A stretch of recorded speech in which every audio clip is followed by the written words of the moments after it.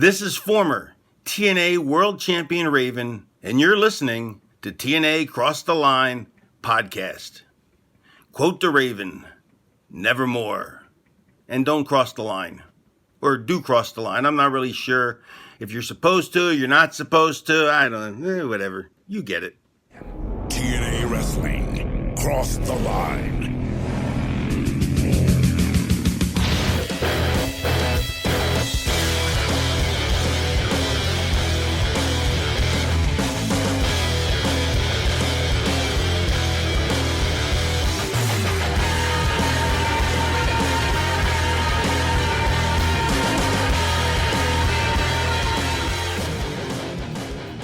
And we're back with episode 367 of the TNA Across the Line podcast. I am Colling Jr., and with me, as always, is Dallas Gridley. In Dallas, we are coming off arguably one of the best impact episodes, not only of 2008, but maybe ever. Top 5 ever for us. It was a really, really good episode. We are heading towards Victory Road, which is in Houston, Texas. And it looks like we are getting a Samoa Joe Booker T major program. Of course, we still have Kurt and AJ battling it out. The team of James Storm and Robert Roode has essentially been formed. And it looks like they are going after LAX for the tag team titles. So the top of the card looks pretty strong. I mean, of course, we have Lethal and Dutt kind of bickering over the love of SoCal Val. So there's quite a bit going on here in TNA in 2008. So Dallas, for this week's episode of Impact, what are you? How are you feeling for Impact? It's June 19th, which I believe is an anniversary of the first ever show in 2002. Oh my God! I didn't even put that together. Yeah, so this would be our 6 years? Holy crap! Yeah. 2002, 2003, 4, 5, 6, 7, 8. Yeah. 7? Well, it's Going 7 into years the 7th. covered, but you and I have been doing this for, that's 6. Yeah. That's what Wow. Yeah, that is, that's really crazy, actually. Happy anniversary. I would have bought you a gift. What's the, in a wedding world, what's like your 6th anniversary gift? Like, what do I get you? Traditional gift. Let's see. Nothing. Okay, that did not help. Do people give iron. wedding gifts like that? Iron. Yeah, so there's like a thing. Oh, here you go. So like the first anniversary is, it traditionally is paper. And then second is cotton. So it's like that kind of thing. Okay. But apparently there's also like some new updates to this thing. Anyway, so the 6th one is either candy or iron. So because you are a diabetic, I will get you like an iron screwdriver or something like that. And you can get me some of those peach hard candies. Oh, he's got them. Oh, half a bag. Wait, you have more bags? Oh, yeah. Hell yeah. No. Well, this bag is butterscotch. Oh, why was I over your house and I didn't think to get into your candy stock? What is going on? The butterscotch, I would have definitely swiped one of them. Butterscotch is really good. That was a big mistake on my part. Oh, yeah. When you gave me one of those, that was pretty tasty. Honestly, when I tried the peach one, I was like, before I even put it in my mouth, I was like, oh, this has potential to like really disappoint me. And I was like, oh, that's strong peach. I was like, yeah. Yeah, those are That's good stuff. To answer your question, though, before I just took a side tangent on the anniversaries, after last week, I don't know how you can't be excited for this episode of Impact, but TNA is also very good at getting you excited and then also disappointing you. So you always got to keep that in the back of your head. Now, the thing, at the end of the day, Bob, when this is all said and done, we can look back and be like, I bet you we enjoyed collectively, at our average, at least 80% of impacts. Most of the time, it's generally fairly positive. I would agree with that. I feel like it's very seldom it's like, oh, that was a really bad show. Yeah, and when it's like really bad, it's really bad. It's really so bad, yeah. I'm looking ahead in the way, thinking, you know what? How bad can it be? Plus, what's kind of a little bit different nowadays with their tapings. This is on a separate day. It's not being taped the same day as the last taping, so that kind of helps a little bit too. So it's a little bit fresh. It's not the same audience for 4 episodes anymore, like we used to see, Right. and I think those episodes used to be draining. So we will see how the Booker T Samoa Joe situation develops. I think that's something very interesting because we kind of got the main part of it on the last episode. Booker T confronted Joe. They kind of had their little tiff. And there's no official match made, but it's like pretty positive there's going to be a match made. So I'm curious how they will build onto that. Will Samoa Joe lock Sharmell in the Coquina clutch? You just never know. You just don't know. Probably not, unless it's on pay-per-view. Right. Or he could confront her backstage, they cut away, and she'd come back, and then she's passed out. That would be a really good way to do it. And it's like, clearly assumed, suggested that he's done something. Although I feel that'd be like a really heel thing to do, like he's beating up a woman. It'd be kind of. That's true, and Booker T's very clearly the heel, which is I think why Sharmell is not on TV, because people like her. She's more than capable. Like Queen Sharmell was an annoying character. No, you're totally right. I think in our TNA universe, I do think the fans like her enough that unless they do something bad to change her, I don't think we're going to see her right now. I would think that we will see her like being the heel Sharmell character. Just because Booker's a heel. I don't think she needs to directly do anything. It's her husband. So just by like default. Right. You're not wrong. Well, we'll see. You never know. Oops, I just clicked on something as I was about to speak to our last episode. So let's do a quick rundown of the June 12th, 2008 episode of Impact. That was our last episode. And then I have ratings and even the breakdowns, which are always really cool.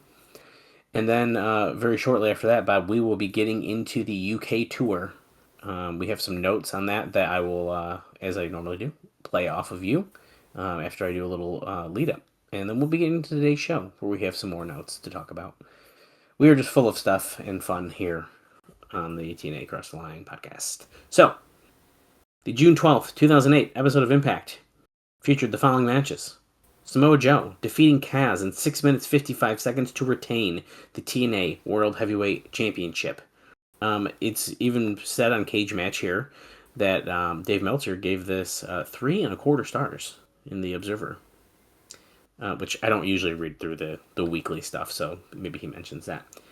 The next match, he gave 3.5. He actually gave it a higher rating than the title match. And both these matches, by the way, were very good. We saw the Motor City Machine Guns defeat Masato Yoshino and Naruki Doi in 6 minutes 30 seconds. That was a World X Cup preview match. Then we saw, they kind of did us a little dirty in this next one. It was a TNA World Tag Team title match. And in the end, LAX did defeat Jamie Storm and Robert Roode in 8 minutes. But they did a little dusty finish on us, and they got us real good. They got us good. They got us so good, they decided to restart the match during commercial, and we came back to the match starting again, and it was kind of sad.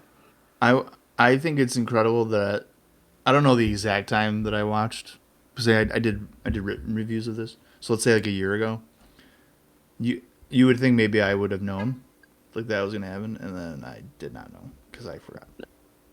It was good, very well done, and also they did do a backstage segment where they said that James Storm has all the beer in the world, and Robert Roode has all the money in the world, so they can't be stopped. So we're getting to places that a lot of people are familiar with. Yeah, which is pretty cool. Next up, we saw Gail Kim defeat Velvet Sky in 55 seconds. Then we saw another World X Cup preview match with Alex Koslov defeating Curry Man in 2 minutes, 45 seconds. And as we found out on the last episode, that is not the same guy in WWE like I thought it was without... Yeah. I didn't look it up. I'm sorry. Dallas thought that Alex Koslov was Vladimir Kozlov, who is actively wrestling on SmackDown at this point. Yeah. I did, like I said, I did not look it up. So. Anyway, next after that, we saw Sonjay Dutt defeat Consequences Creed in 3 minutes and 5 seconds. And then finally, in the main event, Kurt Angle defeated AJ Styles in 10 minutes in a lumberjack match. And I believe it was Matt Morgan, Rhino, Tomko. Oh, Christian Cage. Wait, did I get one of those wrong? Matt Morgan? Morgan, Rhino. Oh, that's right. Rhino was there, he got taken out. Yes. They each Christian hit 3, Cage. you're right. Tomko Who were the and heels? Team 3D. Team 3D. Wow, I just did not remember the lumberjacks. So yeah, that was also a very match-heavy episode of Impact as well, which is Yes, it was. I mean, what 1, 2, 3, 4, 5, 6, 7 matches? That's a pay-per-view card on Impact. Right. Yeah. Okay, so as far as ratings, not too awful. Now, as a reminder, Game we 4 went of up the NBA against Finals. That's right, the NBA playoffs. TNA Impact on June 12th did a .93 rating with 1.3 million viewers.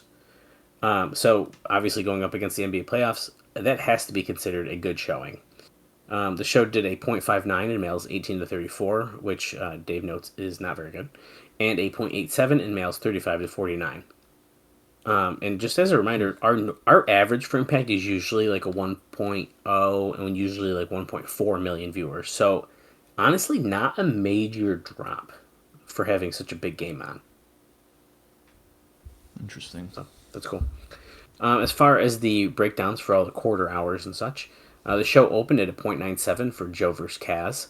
The Joe Booker verbal confrontation, Kurt Angle promo, and Daivari promo lost 104,000. Sorry, I said that wrong again. 140,000 viewers. There we go.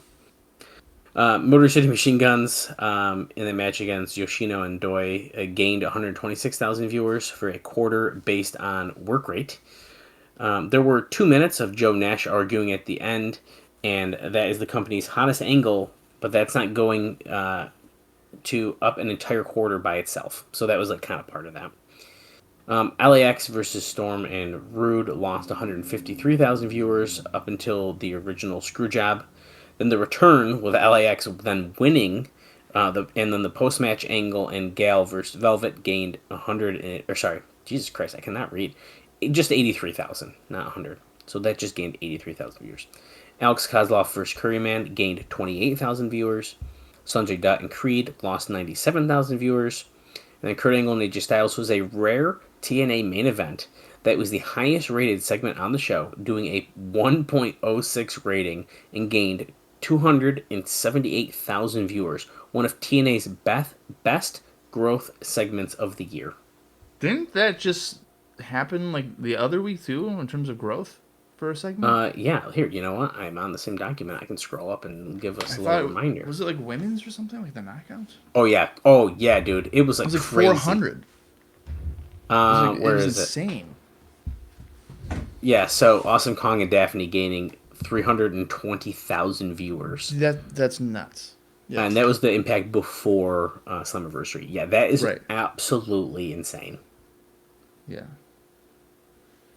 So pretty cool. So that so Kong and Daphne pulled more people in than AJ and Kurt. Yeah, they did. Pretty interesting. Wow. That's why these numbers are really fun to look at. That's impressive. The only other thing I wanted to note before we start diving into the UK stuff, and it kind of goes right into it, is Dave notes that he says, don't think that nearly everyone isn't concerned these days about Angle. Things were so bad at the pay-per-view that Karen was almost in hysterics and had to be consoled by Tomko, who would assure her that Kurt was working when it appeared that he was out of it. Dave says, I think that they need to do his storyline with Karen on television and use him in the ring once a month. If even that, unless and until he can recover. Kurt did actually want to wrestle on the UK tour that we're going to be discussing, but the company asked him to rest up, so they would not allow him to wrestle on the tour. So it's pretty cool. Kurt is a madman. Yeah, absolutely. He's insane. It's like You're still getting paid, so like just chill, relax. As a little bit of a lead-in, I have some interesting notes here before I give it over to Bob to go over the cards as we normally do.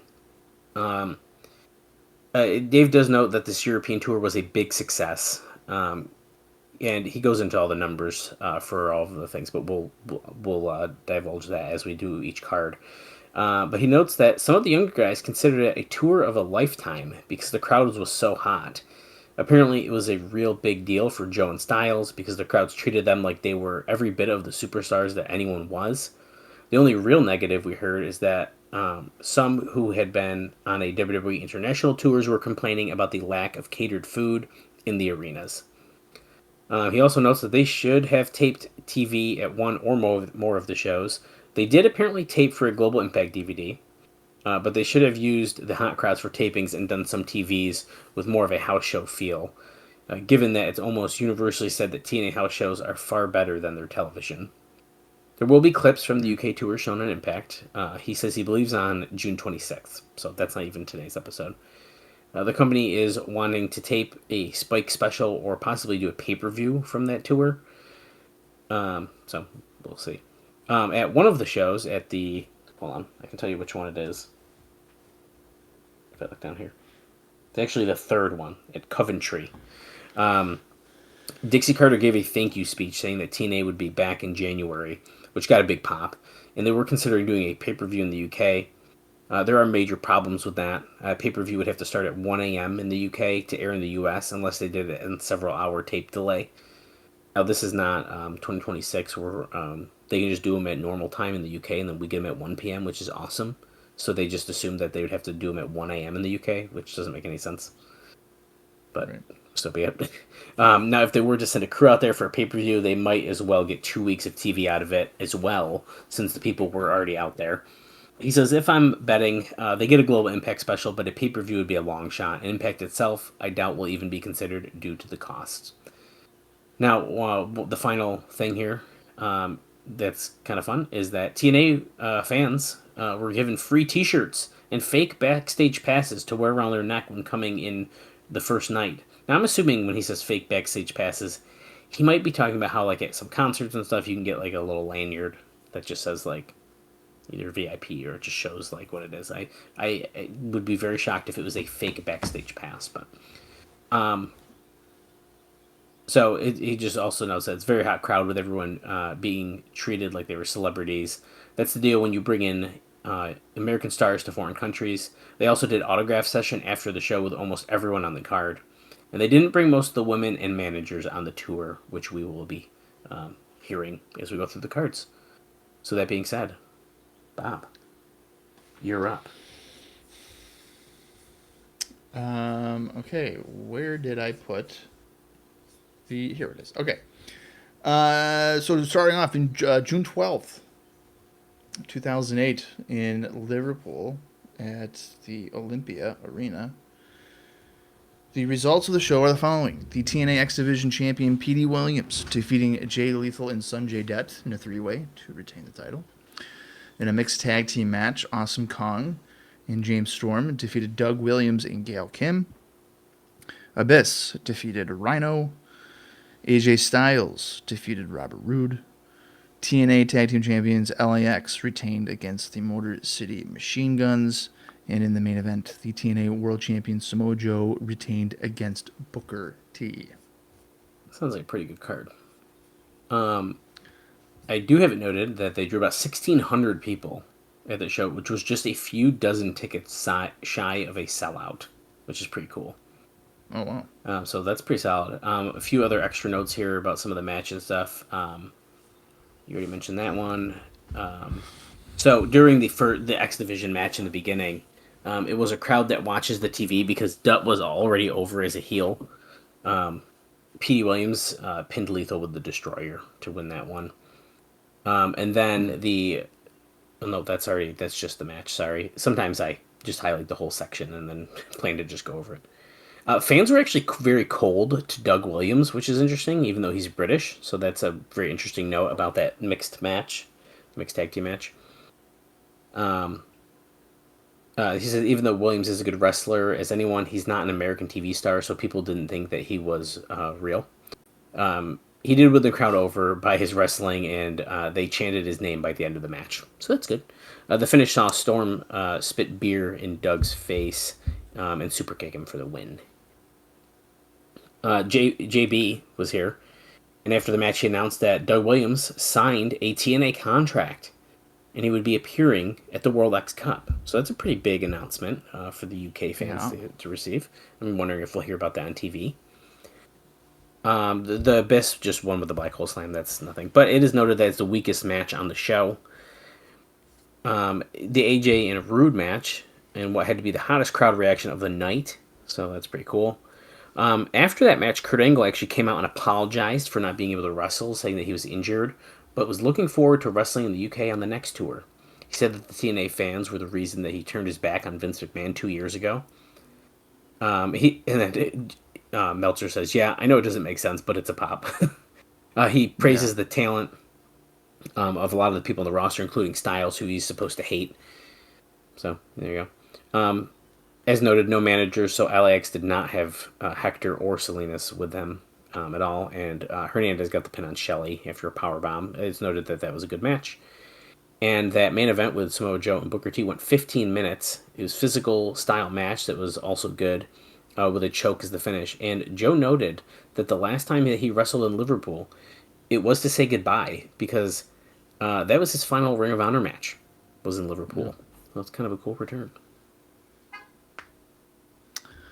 Yeah. All right, let's go to June 13th. It says Liverpool again. Liverpool Olympia. Mm-hmm. Is that the same venue? Yeah, I think it was. Okay. That's interesting. They ran the same place 2 nights in a row. Motor City Machine Guns defeating Petey Williams and Sonjay Dutt. TNA Knockout Champion Awesome Kong retained against Gail Kim. The TNA Tag Team Champions LAX retained against James Storm and Robert Roode. AJ Styles won a 3-way dance against Doug Williams and Jay Lethal. Booker T defeated Rhino. And in the main event, the TNA World Champion Samoa Joe retained against Abyss. Yeah, so second night, you would think that maybe it wouldn't draw as well, right? Well, you'll be surprised. It drew 1,650 fans, which was a sellout. So that's solid to be able to do for TNA. I mean, that's good. As far as some fun little notes here, let's see. Pete Williams got Dutt threw powder in his eyes and blinded him, and then he got the Destroyer. Or he gave Dutt the Destroyer. So that's how that match ended. Nothing for that one here. James Storm, injured the left side of his face on the floor and was bleeding during that one tag team match. Let's see. And it says he was helped out by EMTs, and his eye looked like hell and swelled up, needing stitches. So apparently he got beat up pretty good in that one. It is an interesting note that that 3-way with Lethal, Doug Williams, and AJ Styles was 3 baby faces in a 3-way. So that's always interesting when they do that. And Styles pinned Lethal in that one, which is also kind of interesting. I'm kind of surprised they wouldn't just pin the new guy. But, okay. Dixie Carter did an interview praising the fans. Booker pinned Rhino with a roll-up after a missed gore. Kurt Angle came out and did a very similar interview as he did the last time. He was cheered louder than the first night, which probably makes sense. There's actually more fans there. He talked about his 2 favorite opponents being Benoit and Eddie Guerrero. There were some boos for Benoit's name, but mostly loud cheers. And then you already mentioned the main event. Now, a funny spot from the main event saw Samoa Joe run around the ring, and part of the mat cover wasn't flat, and he tripped on it and fell over. There was a loud Fire Russo chant after a ref bump, and Joe won with, this is kind of crazy. He beat Abyss with a German suplex. That's something. They did a spot. Yeah, I don't know about that one. That's like really weird. They did a spot where referees Rudy Charles and Earl Hebner argued after, and Hebner suckered Charles with a clothesline, turning heel. So Earl Hebner turned heel in the main event. Yeah. Okay. Crazy stuff. That's bizarre. June 14th. In Coventry, West Midlands, England, at the Coventry Sky Dome, saw the following. The Motor City Machine Guns defeating James Storm and Robert Roode. TNA Knockouts champion Awesome Kong retained against Gail Kim. Abyss defeated Rhino. AJ Styles defeated Doug Williams and Jay Lethal in a three-way. TNA Tag Team Champions LAX retained against Petey Williams and Sonjay Dutt. And in the main event, the TNA World Champion Samoa Joe retained against Booker T. Well, if you didn't think the crowd numbers could get any better, what if I told you we're going to double it? So, in Coventry, we drew 3,000 fans in a 3,200-seat arena. Dude, these numbers are just insane. Okay. Joe beat Booker with the choke submission in the main event, so he submitted. Angle did the same speech about Vince McMahon, saying that Vince McMahon could kiss his ass, and said that TNA isn't about catering to people's egos, but about pleasing the fans. Now, a very interesting note about this show, and specifically, is that Jeff Jarrett, who was on the tour, but didn't come out in front of the audience for the first 2 nights, came out at this show, and he thanked the fans and the wrestlers on the tour. So that's pretty cool. It's the first Jeff Jarrett appearance in a TNA situation in a while. He's thanking them for the house. That's right. Yes, he should. I mean, real solid. Styles just used the Styles Clash on Doug Williams to win that match. Abyss pinned Rhino clean. Poor guy. And then, where was I? A Storm's Eye looked really bad is the only other thing of note for that one. All right. Let's go to June 15th. Brentwood, England, at the Brentwood Center. I'm assuming, probably the same thing. The cage match attendance has it at 2,250. That's 2,250. And the results are the Motor City Machine Guns defeating Petey Williams and Sonjay Dutt. TNA Knockout Champion Awesome Kong retaining against Gail Kim. TNA Tag Team Champions LAX retaining against James Storm and Robert Roode. AJ Styles defeated Doug Williams and Jay Lethal in a three-way dance. Booker T defeated Rhino, and in the main event, the TNA World Champion Samoa Joe retained against Abyss. I actually have no notes about the show. Besides, I haven't noted that they drew 2,000, so not too far off. And who knows, maybe the cage match one ended up being more updated or something like that. Yeah, but these shows sounded pretty good on paper to me, to be honest with you. Yeah, not too bad. I think the only thing that maybe would stink it up slightly for me is Joe versus Abyss. I'm not gonna lie. I just don't know if I have a whole lot of interest in that with Abyss's current character. But besides that, those are good, man. Those are good. If you want to see a TNA show, I think they treated you pretty well. Well, the funny thing too about, because I agree with you with Joe and Abyss, but if that match happens in 2005 or 2006, I mean we're running to go watch it. I think.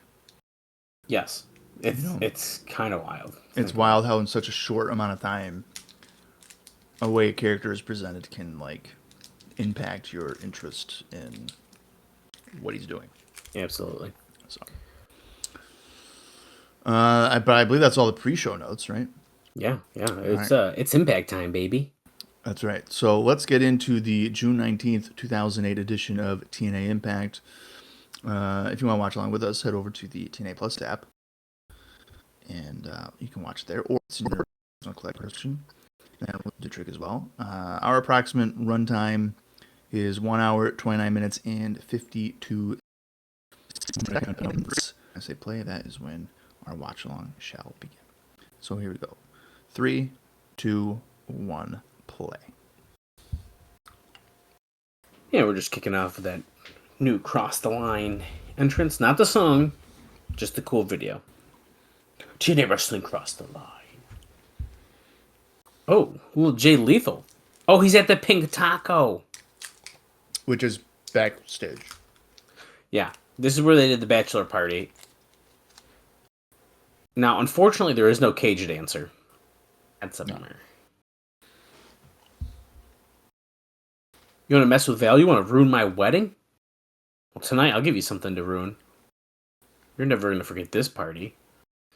And now we're going into what happened previously on Now, Impact. Sonjay did ruin the wedding, but they could have still exchanged vows. I know. That's a really funny thing about wrestling weddings. You could still technically finish it. Right. Get security Now- out there. Get the guy that ruined it or woman who ruined it. And finish the vows. Yeah. No, I totally agree. Or backstage. Just like, hey, we did backstage. Big whoop. Oh yes, I kind of forgot, but Angle last week put a hit out on Karen, and Awesome Kong came out and just slapped the shit out of her. And the World X Cup commences tonight. Now, Fur will fly at the Pink Taco. Whoa. That is quite the sentence. I mentioned this last week, but I'm going to mention it again, that there's 2 dark matches that were taped on this show. Not last week, like I said, but I did correct myself.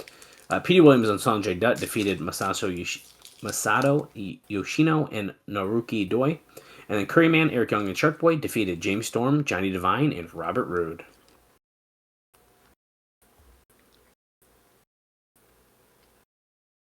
Oh, Awesome Kong doing that $25,000 challenge tonight. The World X Cup will begin, and we will hear exclusive interview with Karen Angle.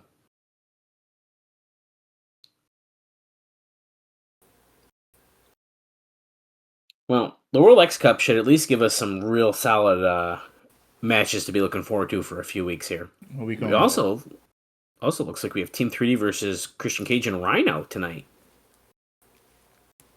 And not only that, Booker T is starting us off. Opening contest. Oh, I thought it was going to be a promo. I do too. Okay. Well, if the tour was any indication, he's going to fight Samoa Joe for the title right now. Yeah, right. Yeah, no, just kidding. This was taped before that tour, so... So that's a good point. James Storm I will not be fucked up on this, if it still even is, by the time they tape again. Oh, that's also even if we see him tonight. I'm sure we will.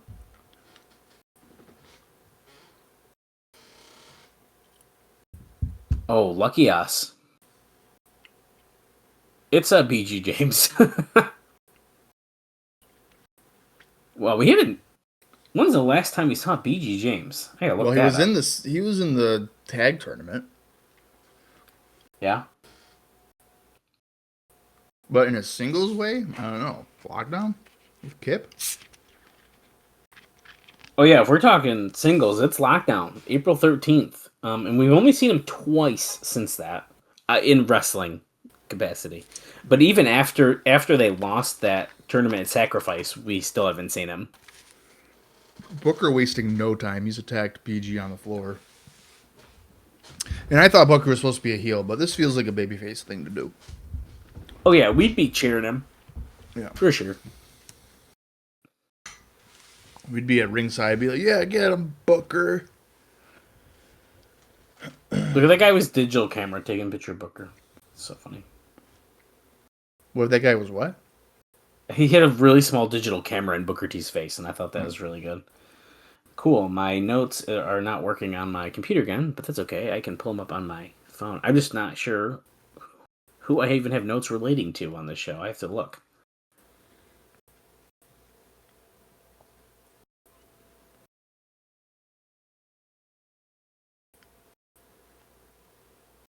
Nothing yet.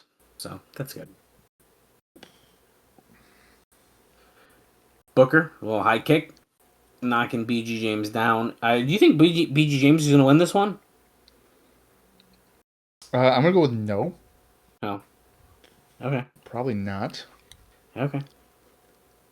Booker laying in some punches. One thing I was going to ask you before we realized we were getting a match right away. What's like one of your favorite wrestling weddings? I feel like yours was the obvious would probably be the Macho Man one, of course, and I don't blame you. Well, but that's what's some like drama. Yeah, I mean that is a good. I mean, obviously that's a good one. Well, the Billy and Chuck fake out is great. That's so good.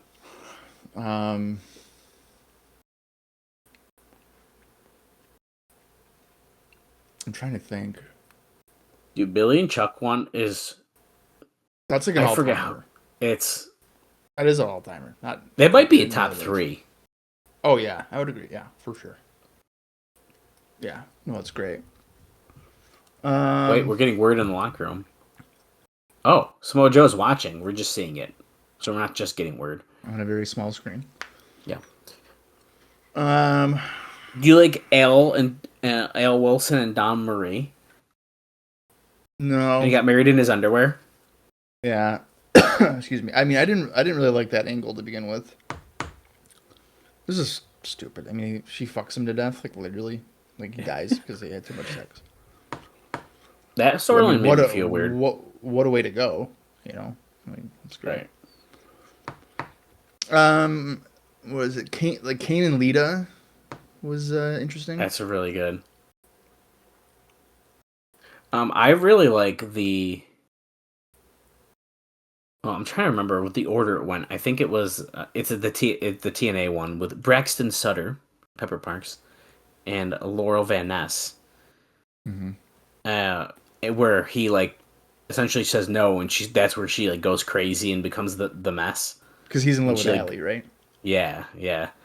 I really like that one. I think that was really good. Because I like everyone involved. Oh, axe kick by Booker T. That was really nice. That was a good one. Sometimes it looks like crap, but that looked real good, and of course it's going to get the pin.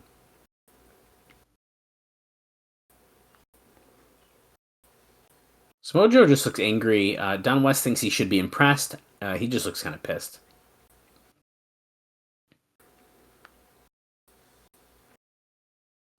I do feel like Booker with his... He almost like has come across like he's feeling more confident in himself, even though he lost like King of the Mountain, which makes me feel like more now than a month ago that he's actually a serious contender for the title. Well, now he didn't directly lose at Slammiversary. Right. Well, that's true. True. JB was asking him about Booker, and Samoa Joe just grabbed him, and now here walks in Big Daddy Cools, Kevin Nash.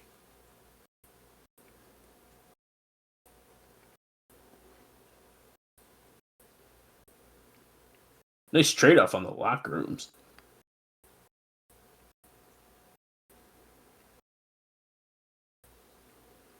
I know if you have private jets and your private suites the last 15 years. He tells him to get the hell out if he doesn't like it. Now, we were told Booker T said the other locker room smelled like pee, just for the record. That's true. So Samoa Joe is claiming that Kevin Nash is walking around telling everyone he can't beat Booker T. Well, I mean, he said that to Samoa Joe on TV in front of him. This isn't behind his back. Right. Did you beat him? Did you beat him, Kevin? Oh. Why don't you show me? For once in your life, shut that mouth and show me. Oh, wow. Shit. That's a fair point. Everything that comes out of your mouth is bullshit until you out there and prove to me that you could beat Booker T. Next week. Oh, shit. This is Kevin Nash's first, single? Is this his first singles in a while? Probably. Okay. Rookie. He just called him a rookie. Samoa Joe's no rookie. He's been in the company for 3 years.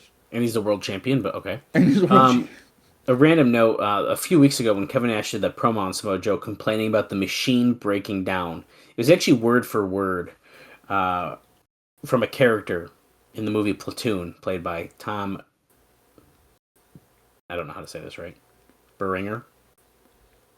I don't know. I've never seen the movie. I'm just reading the note.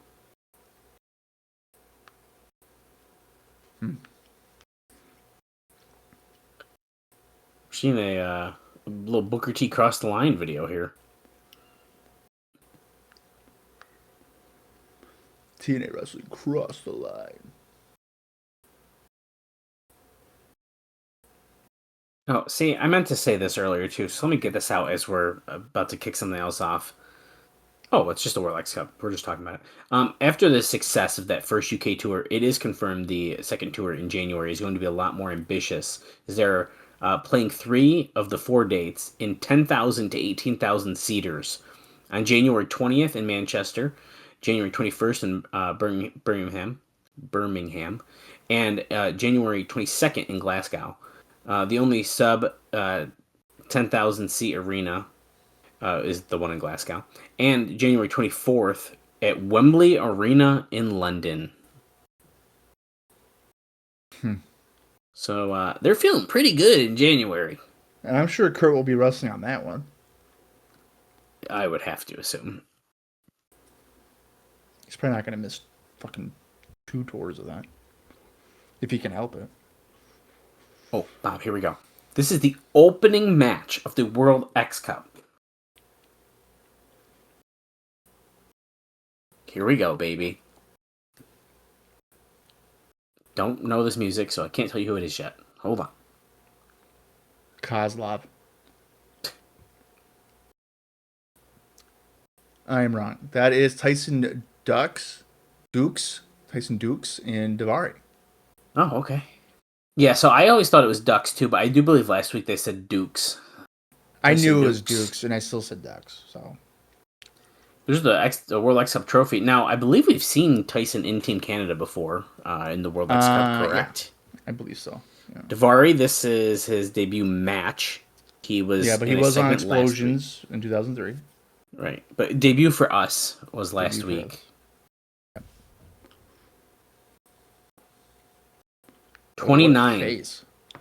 Is he still active? Let's see. Oh, they even mentioned his previous X Cup experience. No, Tyson Dukes has not wrestled since 2022. He lost to Kevin Bennett in Live Pro Wrestling in Chatham. Team TNA, Motor City Machine Guns.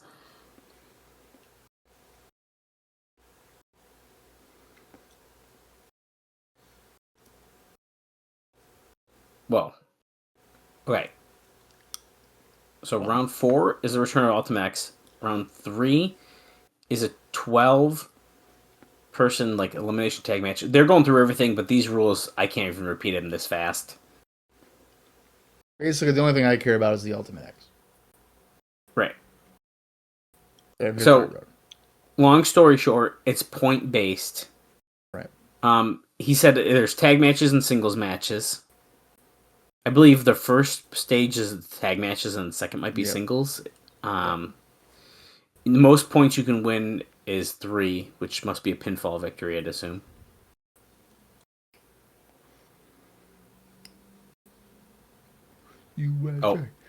I completely lied to you. 1 point to the winner of this first round tag team match. So the extra points must be for the specialty matches later on. Yeah, that makes sense.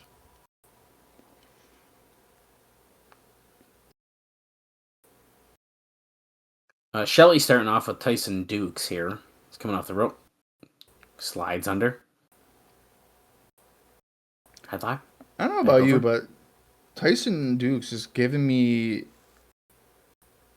I don't know. For some reason, he reminds me of a smaller Billy Gunn. When he came out, dude, he looked from a distance. That's Billy and Chuck Billy right there. The red tights, white boots. Yeah. The bleach blonde hair. He did not look like this the first time we saw him, I don't think, because I feel like I remember this look a little bit more. Yeah. Sabin gets tagged in, comes off the top with an arm drag.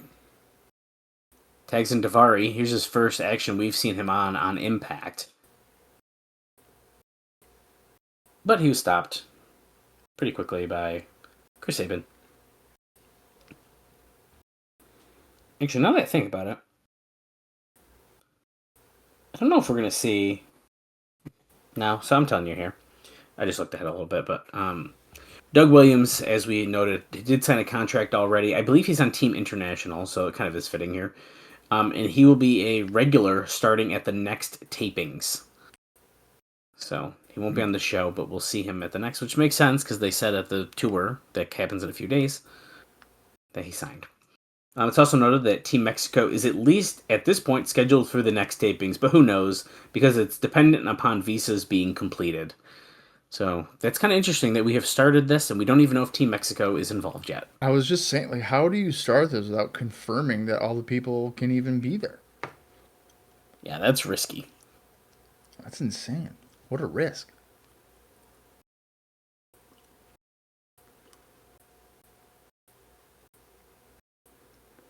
Yeah, pretty interesting note by Mike Tenay there. Everyone besides Daivari in this match has been in this tournament before. Both Motor City Machine Guns are no strangers, and Tyson Dukes has been in the past as well. Does that even like really matter though? Because it's just a tournament. No, it doesn't, but it's a fun fact, okay? It literally doesn't do anything for them. Yeah, because he's like acting as if it could like impact how somebody performed. But I mean, it's just like a match under a tournament structure. Who cares?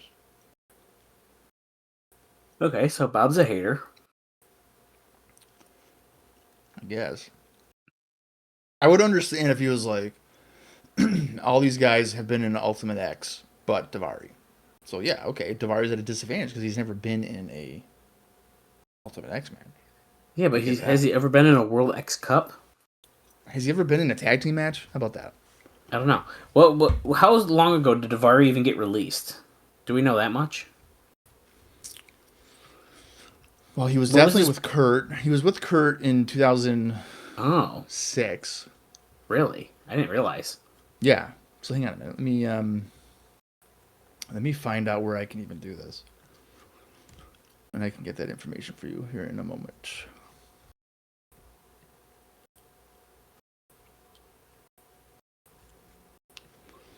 All right. So his last... I'm going to do this two different ways. I'm going to look at his last match or something. So 2007. Okay, so his last in-ring appearance is the October 12th edition of Heat, where he lost to Cody Rhodes. In the middle of the beginning of the World X Cup, we have been saying something's going on in the back. Do we got a camera? And it looked like Tomko was beating up AJ Styles.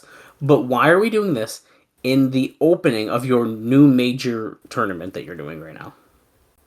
Yeah, that's a good question. And in case you're wondering what else Daivari had been doing in the fall of 2007, well, he also lost to Ron Simmons. Okay. The previous week to losing to Cody, and then the week prior to that, he had lost to Jim Duggan. Wow, so he was not doing a whole lot. No, and that was all on Sunday Night Heat. So you said it was 2006? That was 2007. 2007. Okay. Now, it would appear that his official release date, if I can find it here, it was October 16th, 2007. Oh, okay.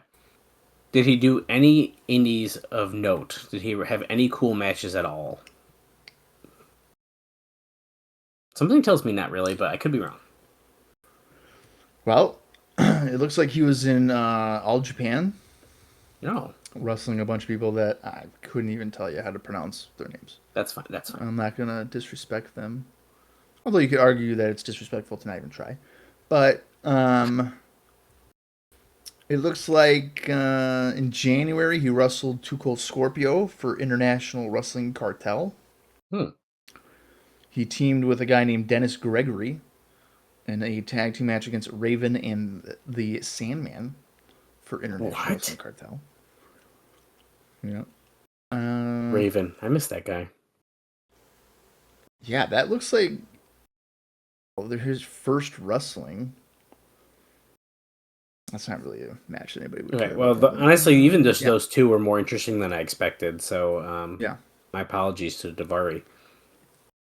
Yeah, and then I mean, I've mentioned International Wrestling Cartel before.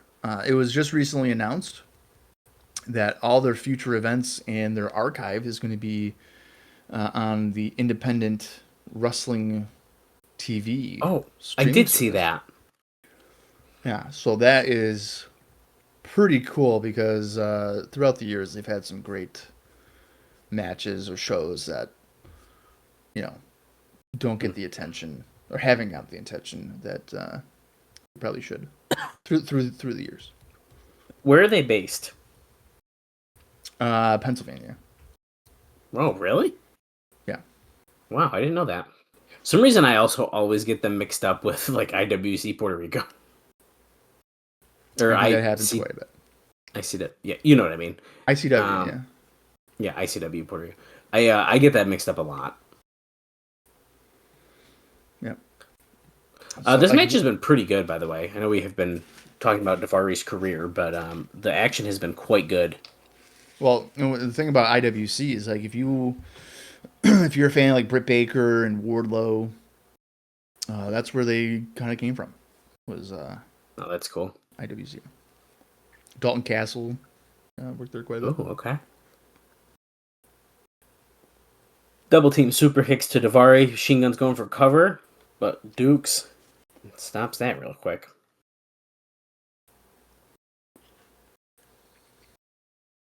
This is getting a bunch of time. Yeah, it is. Not in a bad way, for the record. Boom, Nice brainbuster. Oh, holy moly. Saban nearly didn't break that up in time, but Dukes hit that brainbuster and Daivari almost got the 3 count.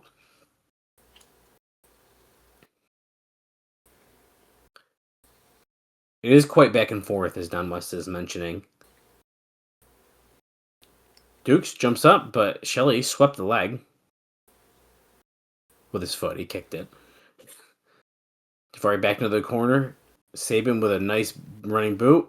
Hesitation drop kick to Dukes, who's in the trio woe. Whoa!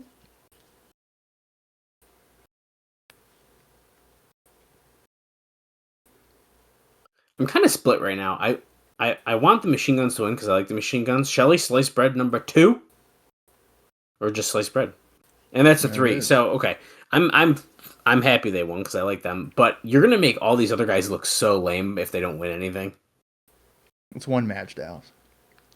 Well, okay, yes, but last week we saw a preview match that included 2 of the actual teams, Team TNA and Team Japan guys. Mm-hmm. And Saban Shelley won that. That's fine. Oh, wait. AJ is attacking Kurt Angle outside now.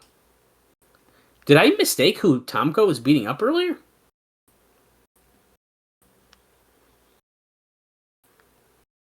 That's not Kurt. That's Frank Trigg. Oh my god. Good. Okay. Frank Trigg deserves that. I'm sick of I like seeing how it, he rolled him over and was like, oh, and then he walked away. Right. As we're seeing a knockout video package here, I will let you know that according to Brian Alvarez, Mickey Knuckles will have been signed by the time that his article here came out on June 24th, 2008. So I don't know how accurate that is, but I'm going to tell you right now that's not accurate. Yeah, I didn't think it was from what we heard, but yeah. He said she will be signed.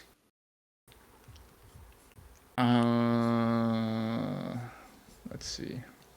Well, now we're seeing like a video of Gail Kim talking about Border City Wrestling footage. Look at this. That's from good old Scott D'Amore, probably. That's what I meant to do.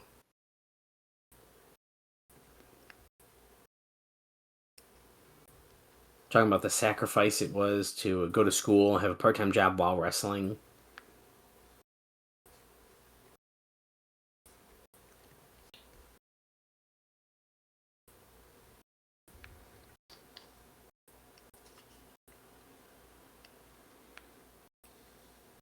Is that D'Lo?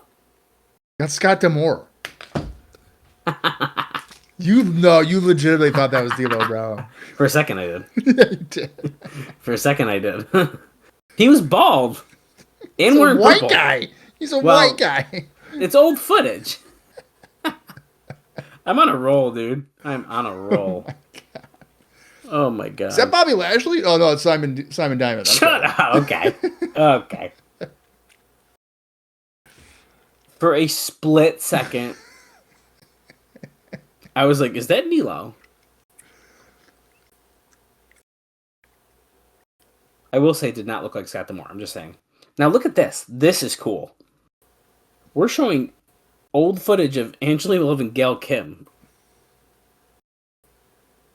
That looks like D'Lo, dude. I'm just saying.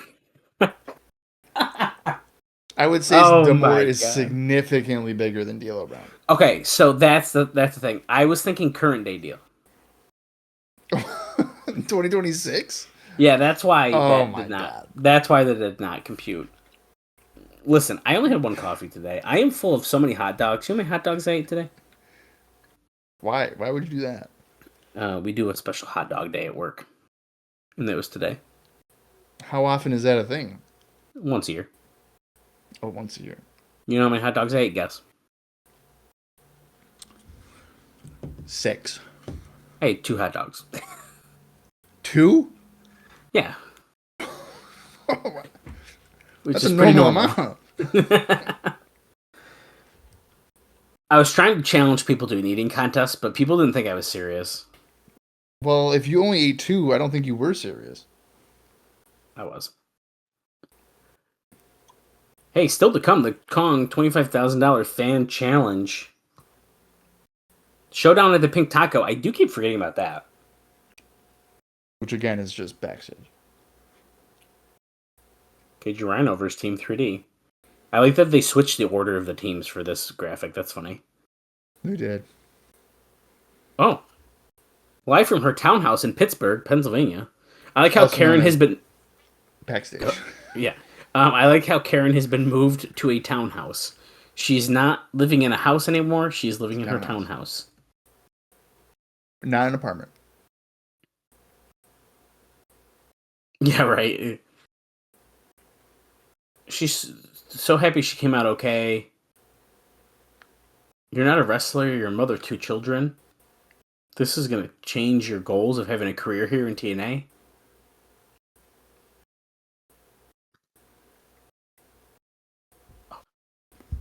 John, that's exactly what Kurt wants me to do. I feel like I would have put some makeup on to give her like a black eye or something. I feel like I'd find anywhere to make it look like a townhome because just from those walls, that is backstage. You don't like that they use the same fake bamboo plant? No. And you don't think she's got that giant picture in the back? No, but for me, it's the walls. That is such a studio wall. Like, that's not someone's home. I mean, have you ever seen one of these segments where you're like, yeah, that's definitely not backstage? I mean, it's always backstage. It's yeah. I mean, Oh, they almost just exposed it. Okay, so we cut to Lethal, who's at the Pink Taco, and I swore that was almost the same tree. It's not. brother, I was just gonna say, if they had gone too far, they maybe showed Jay Lethal. Dude, they might show Lethal right there, yeah. That is funny. I could just see it out today being like, they are in the same townhome. Okay, we're coming back from commercial for another video, so I'm going to give you a note again. Scott Steiner is expected to be back wrestling on the next pay-per-view. Now, because he's a heel, and because of his character, they never publicly acknowledged his injury in the 3-way sacrifice, which came when he took a move wrong from Kaz. So Oh, great. Now Kaz is going to get the label of hurting people. You're damn right.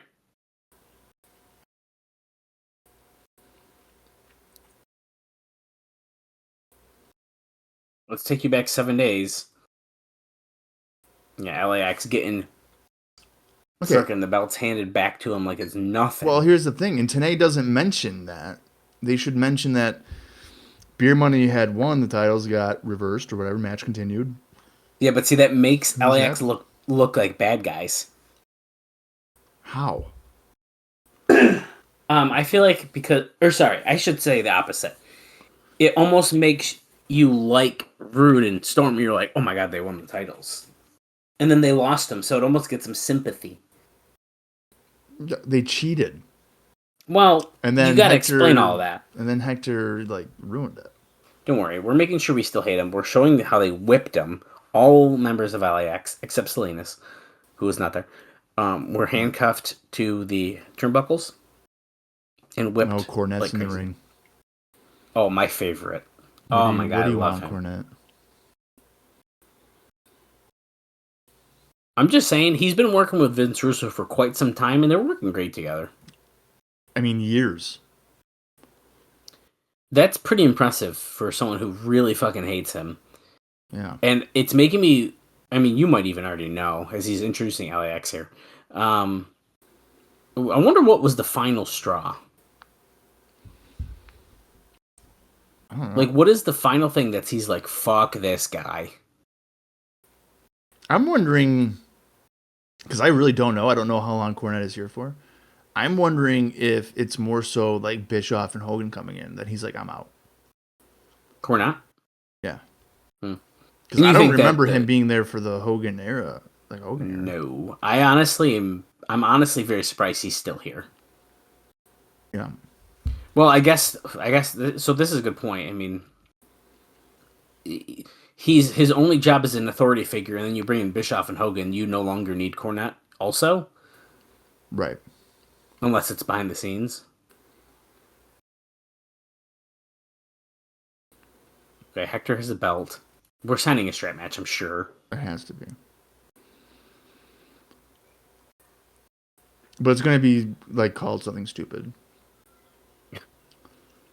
Whip like a dog strap match. Yeah. And then Salinas will be like, some people love it. This is a good point. Cornette mentions they took the belt off of a fan to whip you with. Are we going to get a fan strap match? Fans. Like a lumberjack thing? Yeah. Okay, I could get behind that more. That's not bad. There you go. A fans revenge lumberjack Jesus. match. Oh my god. 12 of the TNA fans. Definitely not plants. Definitely real fans. Each of the 12 get a big, long... There is a substantial amount of potential liability here. Right. If this was ever legitimate. That's why we are in Orlando, where we Right. don't need to worry about that. But is that match happening here or at Victory Road? That's in Texas. Also... Okay, they have a form.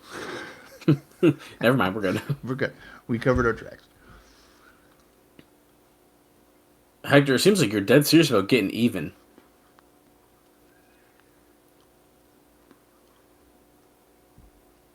Oh, he wants to direct himself to Robert Roode first.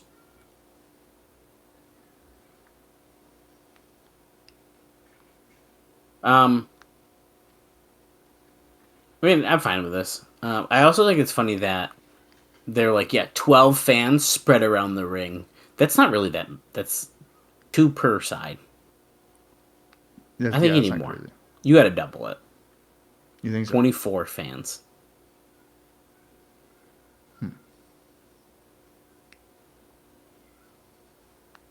Maybe they should do it reverse battle royal style, where all the fans are in the ring, and they have to try to get into the ring while the fans have the straps.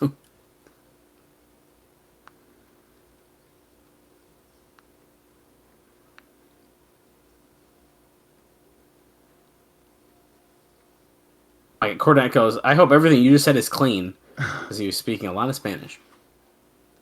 Okay. Bottom line on page 3, this is only a 3-page contract. That's not bad. Not very much legal in there for all the fans. You agree? You ready? Salinas is ready, even though she has nothing to do with this, because she was not here last week.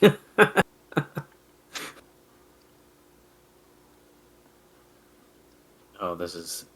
Okay, we're signing. I was wondering if we were drawing it out and just not end up signing it or something. Well, why would they not sign it? That's what they want.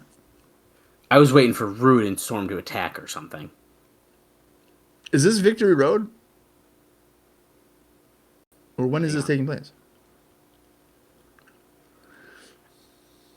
I don't know if he's actually said, and if he did, I completely missed it, but he's calling out James Storm and Robert Roode now. Yeah, it's Victor. Okay. Today just confirmed that.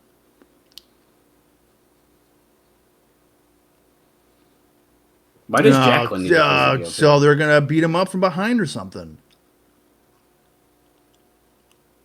Oh, it's just Jacqueline coming out, dude. Yeah, she's gonna take care of this for them. Her boys. She don't care. LAX, a little confused. No big deal.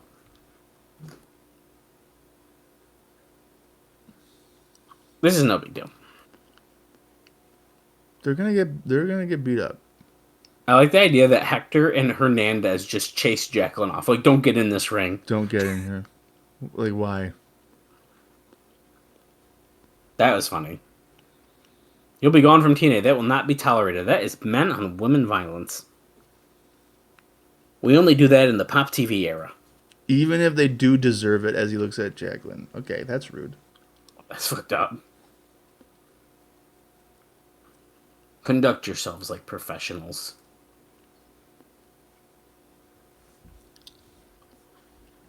Oh, there's some bad words. I just heard a beep.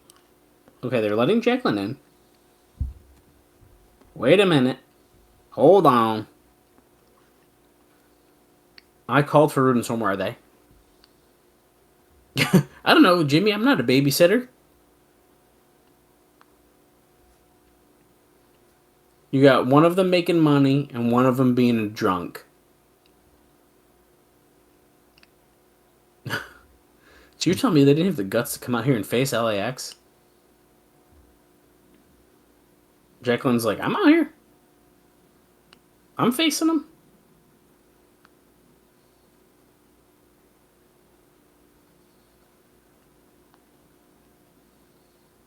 Oh, shoot. She just said, Salinas, are you mad because those babies are fake and these are real? I don't think Jacqueline's boobs are real either. Oh, shit. Jacqueline is, like, ready for a fight. What did you just call her? She called her a hoe?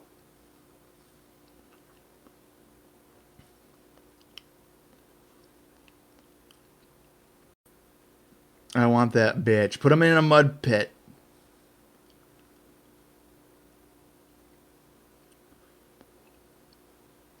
Stand back. Oh, shoot. Oh, Jacqueline tonight. versus Salinas later on tonight. A little In preview. a gravy pool match. Woman on woman. He said woman on woman. Oh. Oh boy, here comes Azam. Okay. I want to beat up both of them. Nope, here she comes. With Raisha Saeed with the briefcase of money, and JB, who does not want to be out there with the liability papers.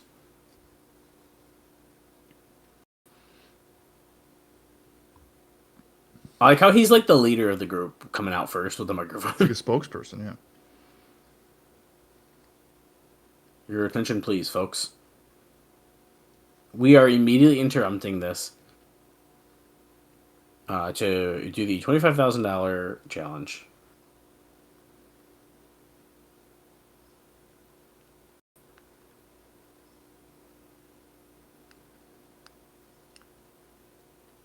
Open challenge to any female in attendance over the age of 18. No children, please. We're not beating the shit out of children tonight.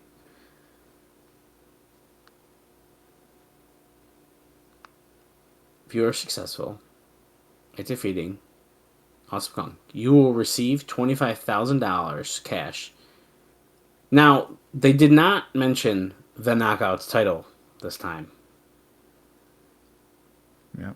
That is making me wonder if we will soon see someone actually be here. We have some volunteers. I'm sure Bob knows every single one of them. I don't know. After this break, Awesome Kong's going to fight a fan for $25,000. I hope we see Portia Perez. That'd be sick, dude.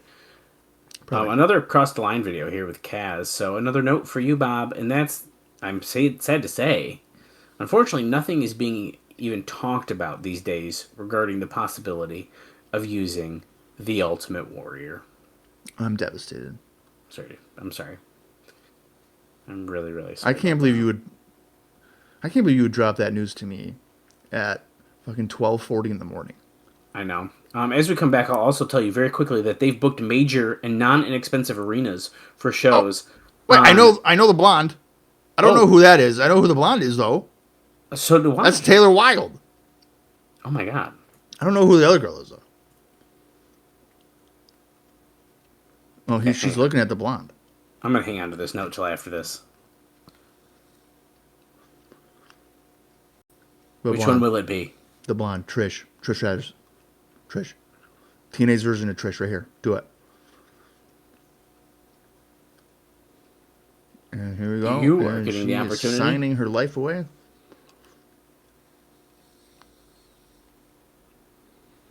Here we go. Contract is signed. Get her, No. Taylor. She's throwing forearms like she is Trish Stratus. Her name is Chantel Taylor here. It's not Taylor Wilde yet. I know who it is though. It's Taylor Wilde. I know. I'm just reference for our timeline's sake. I That's don't not her care. name yet. No, it's Taylor Wilde. But it's cool to see a debut like this. The bell has officially rung.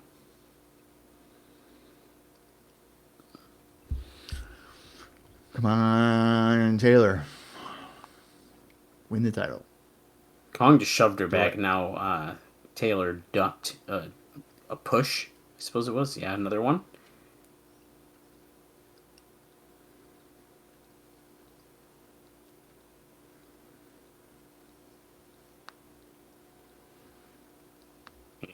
Holy crap, she just tossed the shit out of her.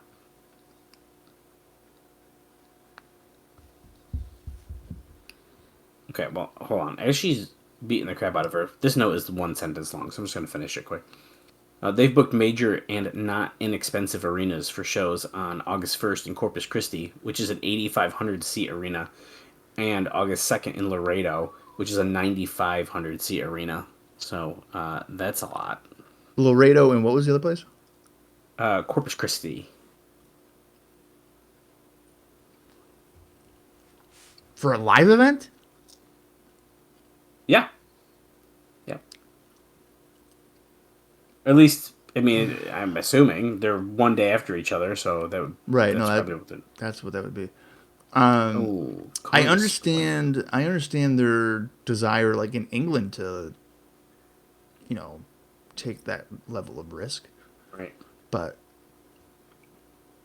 okay. I don't know. I mean, Good drawn luck, guys. 1,300 fans, and we're going. Let's go to a 9,000 seater. Yeah. Okay. Raisha say just handed Kong a chair, as if she really needs that, but it just got drop kicked in the face of Awesome Kong. Yep. That's a disqualification. The referee is letting it slide. Referee Shane Sewell is He letting that took go. it. He took it. Maybe Drop these kicks are no Kong. disqualification. I don't know. It's a good point. Relaxed rules, bro.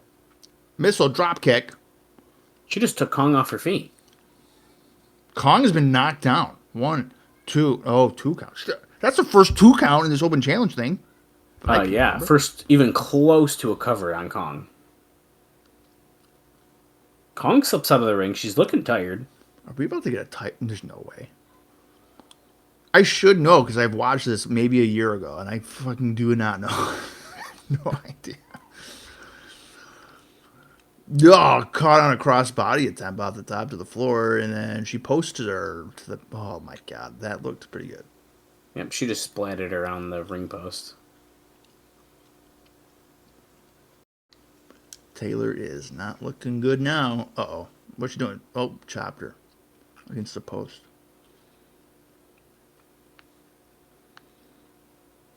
Oh, spinning back fist, but she moved out of the way. Kong's fist smashes against the ring post.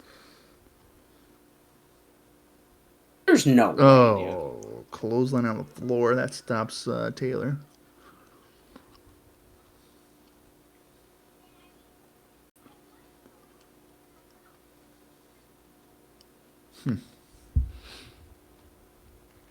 Very interesting.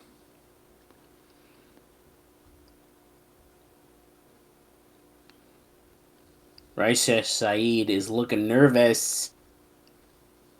But don't worry, Kong about to hit the awesome bomb on Nope, Taylor counter. here. Oh my god, she slipped out.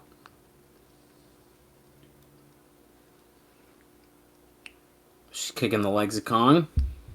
Pop up and powerbomb, but countered. Lift up and okay, boom. There she goes. One, Awesome bomb. 2, 3. That was a very good segment. Yeah, that was really well done. I like that a lot.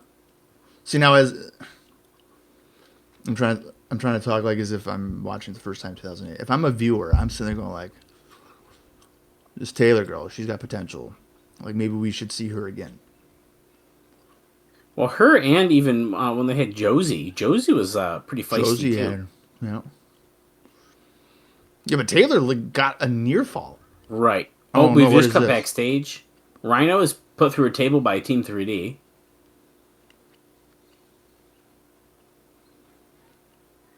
My God. He's through a table. I like how we didn't see it. Wait, this means Christian Cage doesn't have a partner later. Oh my gosh. That is not good. Sounds like Adam Copeland's going to be coming out. Who on this day? Okay, Scott Steiner cross line video now. Scott Steiner could Commercial. come out. See, I wish I knew this. I could have mentioned it. I will let you know that all TV tapings from this point forward, Bob, on weeks after a pay-per-view, are being moved to Tuesday and Wednesday. Since most pay-per-views are outside of Orlando, this gives everyone a travel day off and the creative team time to do some pre-tapes and also take in what happened in the pay-per-view as far as things going forward without being in such a breakneck pace. Oh, that makes sense. Here's our upcoming live event schedule. Cincinnati. And we got a lot of house shows that we're going to be talking about. Oh, great. Here we go. That's 6 new ones in just July. Great.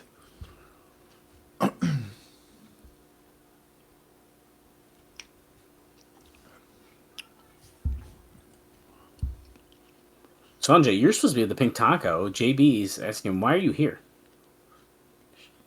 Showdown? What are you talking about? He's the man of love, peace, and unity. Why would he want to fight a guru? You attacked him with one of those decorative wedding columns. Are you kidding me? I'm in I'm love in with love Val. with Val. I've always loved her.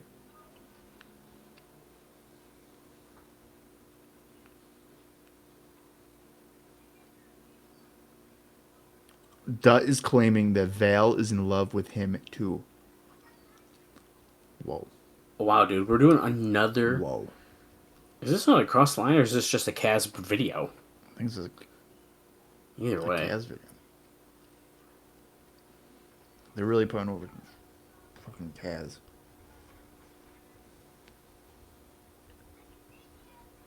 Another incredible feat by Kaz.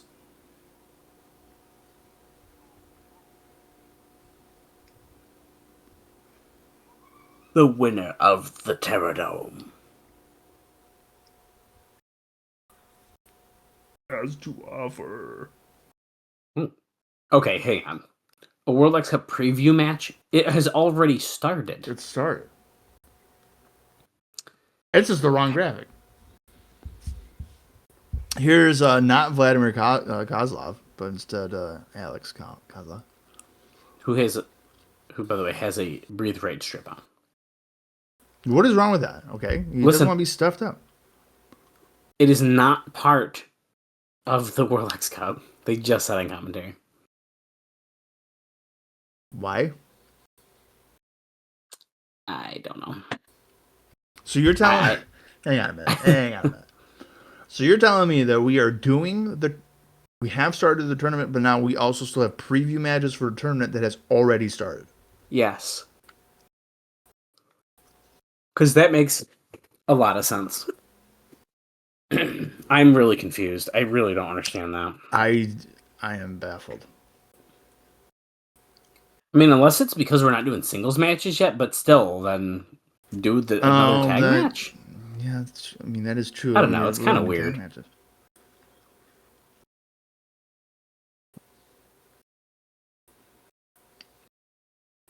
Look at Cass. He's all like, "Hey, I'm off. hot. I'm the girls love me. Of course they do. I'm like basically married to Tracy Brooks now. Woo, yeah, look at me. Cool. I married Tracy Brooks. The PR and marketing department are in my house now, baby. What a heartthrob. Alex Koslov is definitely going to beat Kaz here because Kaz cannot ever win a big one. Shouldn't be a hard. Well, this isn't a big one. This is a preview match, so Kaz could very well win this. If this was a tournament match, Kaz may lose. Yeah, you're totally right. Actually, that's a really good point. I can't even knock that. Koslov is not holding back on the baby oil. He's looking like he's test out there with the baby oil. I mean, Kaz as well, baby oil. Pretty heavy on the chest. Kozlov's got it all over. He's got it on his thighs, back. They just want to be shiny. Nice arm drag.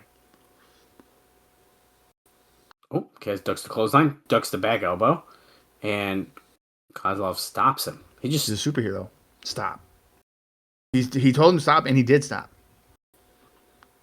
Oh, he started yelling, and Kaz just booted him. He just kicked him right in the face.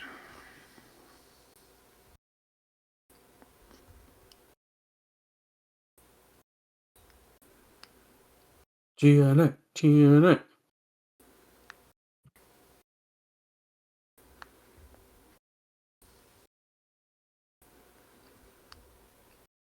One, two.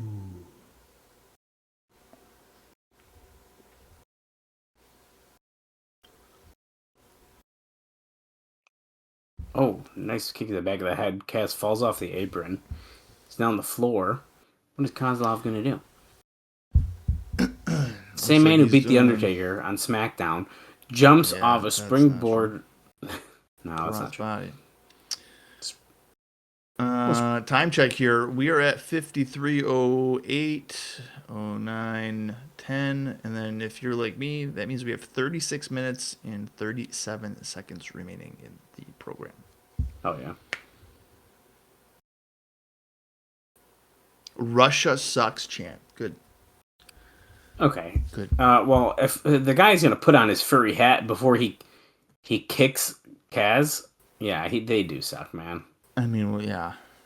Come on. He just did a bunch of... What was the point of putting the hat on? Just to insult him? Yes, I think it was. I think he should have put it on Kaz and then kicked him. Right, I would have put it on Kaz, yeah. But then maybe he didn't want to ruin his own hat, potentially, by kicking it. Look at the little picture of it. There it is. Rhino looks like he's not in the condition for that main event. I don't know today. I mean, he was 3D through a table, though we didn't see it.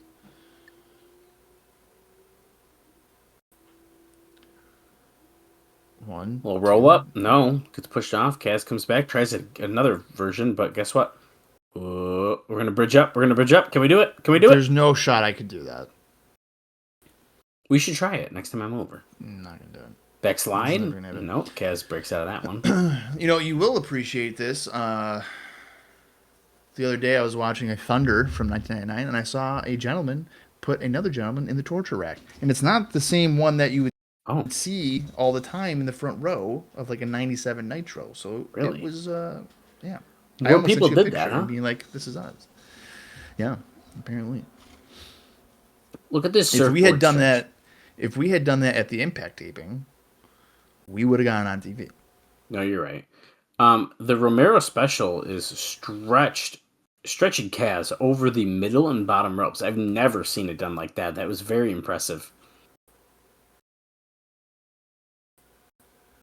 It's over. Thumbs up. I don't know, Koslov. Thumbs down. And he spits in the palm. And he makes it drip. It's really disgusting. Oh, wait, that's Sammy Callahan. Oh, yeah, dude. Sammy's so gross when he does that. Nice spike DDT by Kaz. I read that he got fired from New Japan for doing that. Oh, Spitting in his hand all the time. I don't know how accurate That's that gross. is, but that's a wild thing to get fired for. Hey Sammy, we just need you to stop spitting, or you're fired. And he's like, fire me. And I'm just like, okay. Seemed like a pretty simple request. Oh. Interesting sell of a back elbow. I know. I was just thinking that too. He got turned inside out from a basic back elbow. What is in Kaz's elbow? We need to know. Well, it was injured recently. Does he now have a metal plate in it? What is this guy? Lex Luger, 1993? Could be. The flux capacitor? No. Not today. Nope.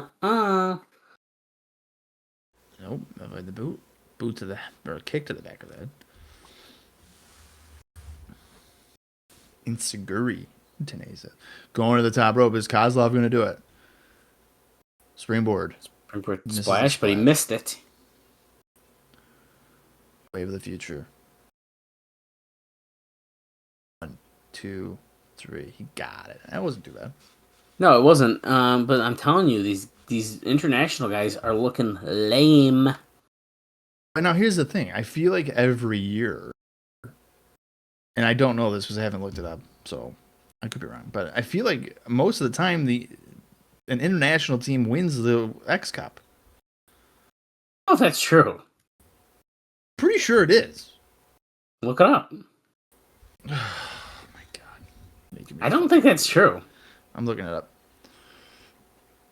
I do think the first year Team Canada might have won.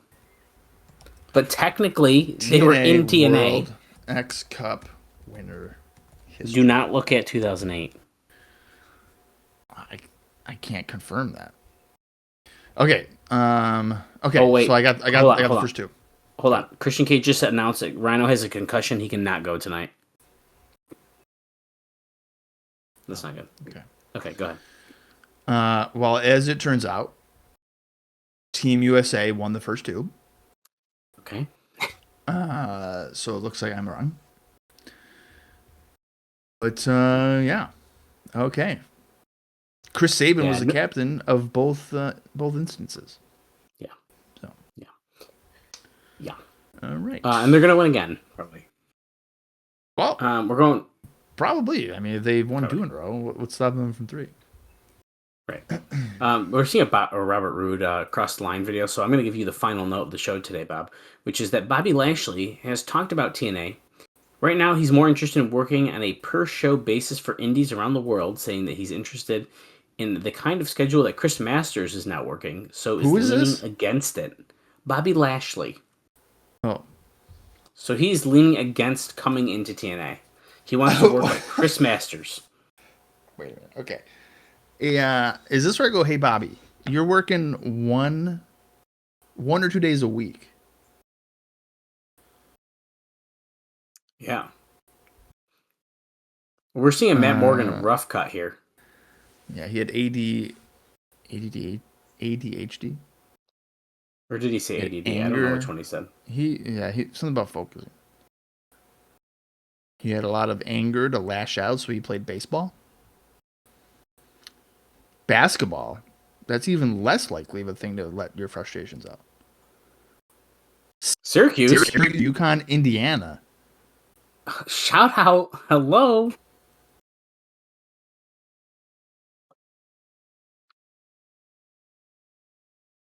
Yeah, what?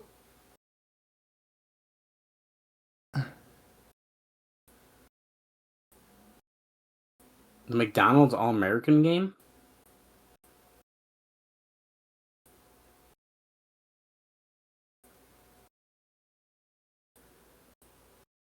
I love these serious interviews that really mean nothing to what's happening on TV.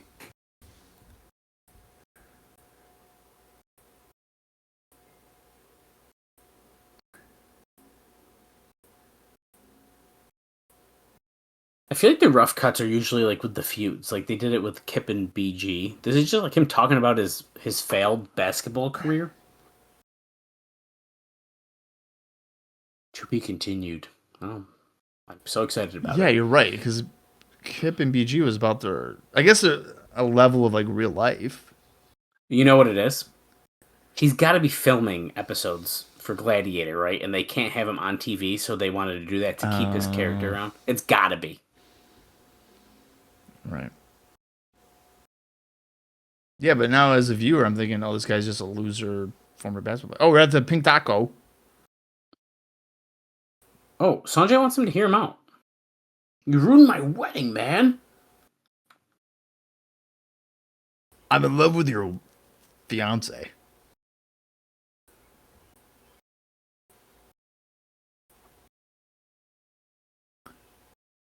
Add timing. Hear me out. We've been best friends for 5 years.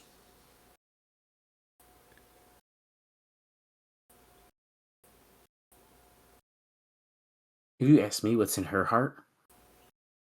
Remember, Sonjay. Oh, she slapped the shit out of him. And now we're going into lollipop stage. That's messed up. How dare they? And there's a power cord strip there. What is she using that for? Yeah. Beer bottle. Oh, that's James Storm's beer bottle. Well, I think he missed it, so we're good. Yeah, we're all right. Those walls might also be fake. They got to be careful around here. I love the idea, too. I think we might have said this during the bachelor party. I love the idea that in 2008, they still have the cage dancer cages.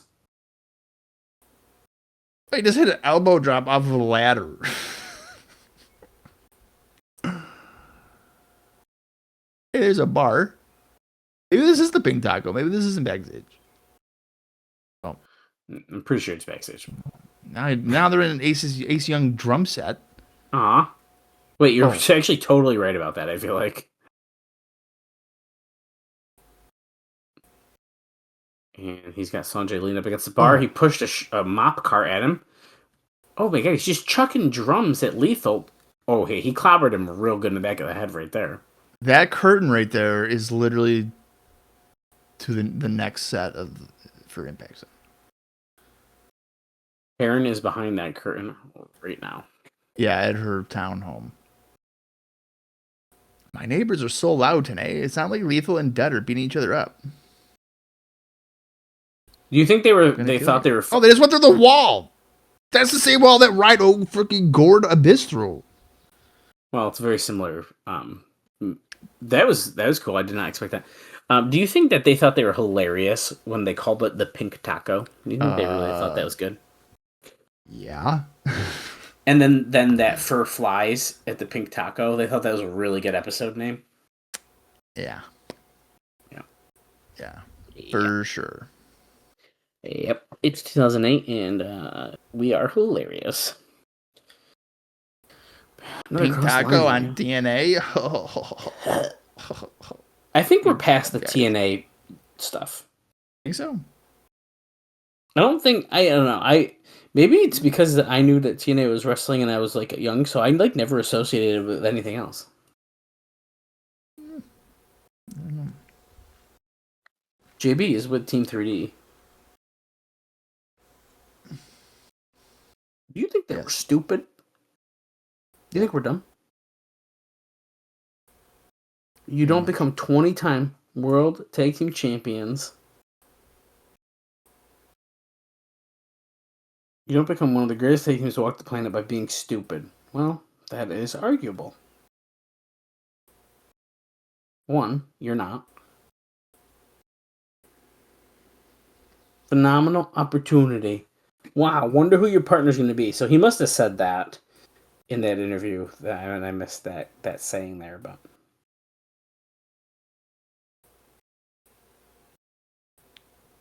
Oh, he thinks it's going to be AJ Styles? Is that what he's saying? Yep, he sure is.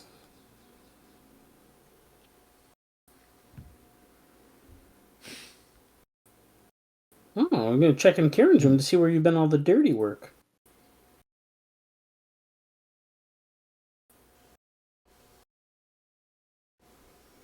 We take great pleasure. Pleasure. AJ, I took your blood. And I smeared it across my face. Well, that's disgusting. Yeah, that's not great. He liked it. That's gross, dude. What? Why would you like that?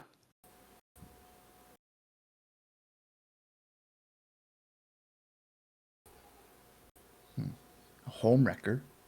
Piece of crap. We hope you spill your blood and Christian's blood all over the impact zone.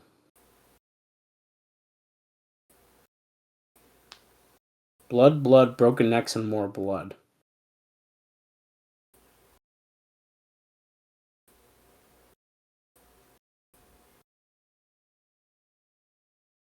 We've been warning you, AJ, since day one to stay out of our business. But you choose to keep getting involved.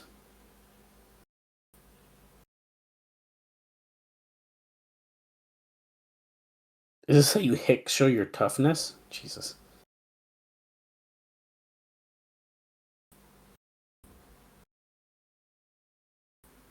Okay, okay. They're talking way too long, dude. AJ, tonight, you know why. Tonight, you'll know why. Thou shall not mess with Team 3D. Oh, my brother. Testify. Sorry about your damn luck. Oh, this is Jacqueline. I was like, wait. I thought they said that he was drunk somewhere. Knockout special challenge match up next. The Pride of Tennessee, Jacqueline, will be facing Salinas. Woman. Oh, Womano, or whatever they said.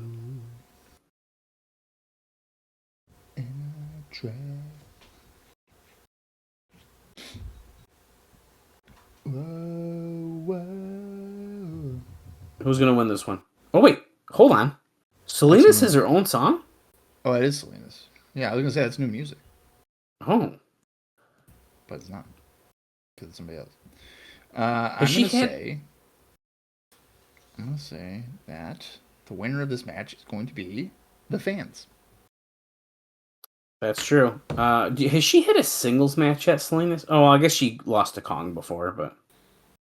Yeah, she did. I'm going to say Salinas is going to win. Now, should she? I think that's a hint. If Salinas wins this, then they're losing the titles at Victory Road. I'm calling it. Wait, late breaking news about the fans revenge match. Or the potential.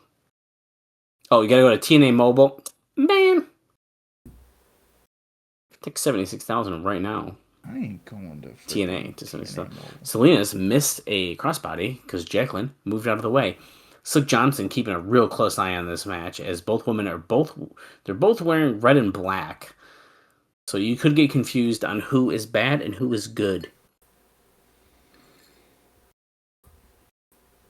You could get confused. Okay. They are saying that Sonjay Dutt escaped the pink taco. He ran out of the building after they went through that wall. So at least we have an update there. What a relief. I was worried. We're nearly in the final 20 minutes of the show. So after this match, we have that main event tag team match. I'm craving some mac and cheese right now. Yeah, I know. At like 1 a.m. It's crazy, but yeah. No, I'm planning on making it. I'm gonna have some cauliflower along with it. Okay, now you're ruining it. How dare you ruin mac and cheese and add cauliflower into it? I have to have cauliflower. That way it doesn't spike my sugar, dude. How dare you? Because carbs turn into sugar, and shockingly, there's a lot of carbs in macaroni and cheese. I don't think you have to have... You can spike it once. It's not a big deal. You're basically cured. I don't want to spike it, because then I get a stomachache. And I get real tired. Well, good thing you have energy gum, and you've chewed 7 pieces on this podcast alone. No, I've had 1. Thank you very much. I did have a handful of Starbursts at one point. Really? Yeah. Jacqueline just sat on the back of Salinas' head while she was laid over the middle rope, but Salinas stands up. Look at the strength of her. Ready? Ironically, in this position is where Jacqueline had her breasts exposed at a show in England. And that's why she was unable to counter it, and she was slammed back in the electric chair position. I don't know if that's how that played out, but I remember seeing her boobs. No, but I'm saying that's why she couldn't counter it right here. She got PTSD when she got pulled up. She had oh my god, my boobs are coming out, and then she breasts, just slammed. Yeah, I guess so. Selena's just slammed her down with like a. You know, like I an wonder. I wonder if if Playboy had ever offered, if she would have posed for them. Yeah, why not? Jacqueline going in for a choke. She just made her submit. Whoa. I did not expect that. Holy shit, dude. Selena's is tapped out. And she's not letting go. She had her in like a, what do you call it? A front face choke. And then she was like kind of like sitting there. Like she had it wrenched good. Like Selena's Someone's been watching UFC. Yeah, there's no way she was escaping that one. What is this? She's got a belt, but it was around her waist. It was never around her pants because there's no loops on those pants. Right. And now she's whipping her again. And I've seen the videos. Selena does not mind this. We can't confirm. I cannot. Well, maybe Bob can. I can't actually confirm those. I've never seen. You know, it's weird. Bob did tell me he was staying up really late tonight, and now I know why. Yeah, well. Research. Research. That's right. On the TNA Crossline YouTube page, I'm going to go live. And we can all watch the Selena's film history. No, we cannot. Well, we're doing another Crossline video. If it's softcore, you couldn't you? I mean, we just don't need to, is more or less what I mean. Yeah, but like to answer my question, if it was softcore, you probably could. I don't know if you can. I guess there's only one way to find out, but I would do it in your personal first, and then we can do it on the business page. Yeah, no, we'll do it on the TNA Crossline YouTube page at about 3 a.m. And you know what? Let's start the summer hot on June 1st. Now, you're probably thinking, Bob, this doesn't come out till June 19th, and that is the point. Everyone will miss it. Everyone will be really sad. You've missed it by 18 days. Our channel has been flagged and deleted. All for Selena's softcore Cinemax porn. Everyone can look up at their own time. Anyways, here comes Christian Cage, who we don't know who his partner is, but he said he's got a phenomenal idea. Who could it be? Wow, what a gem! Like he knows. What is he so smart? Like who's gonna know? Who's gonna even know? Who's gonna know who could be his phenomenal partner? I think it's Sonny Siaki. It's really making me wonder. Or maybe D'Lo Brown. Maybe that video with Scott D'Amore was a tease. That's actually going to be the phenomenal D'Lo Brown. Oh, it was D'Lo Brown, wasn't it? Are you down with the Brown?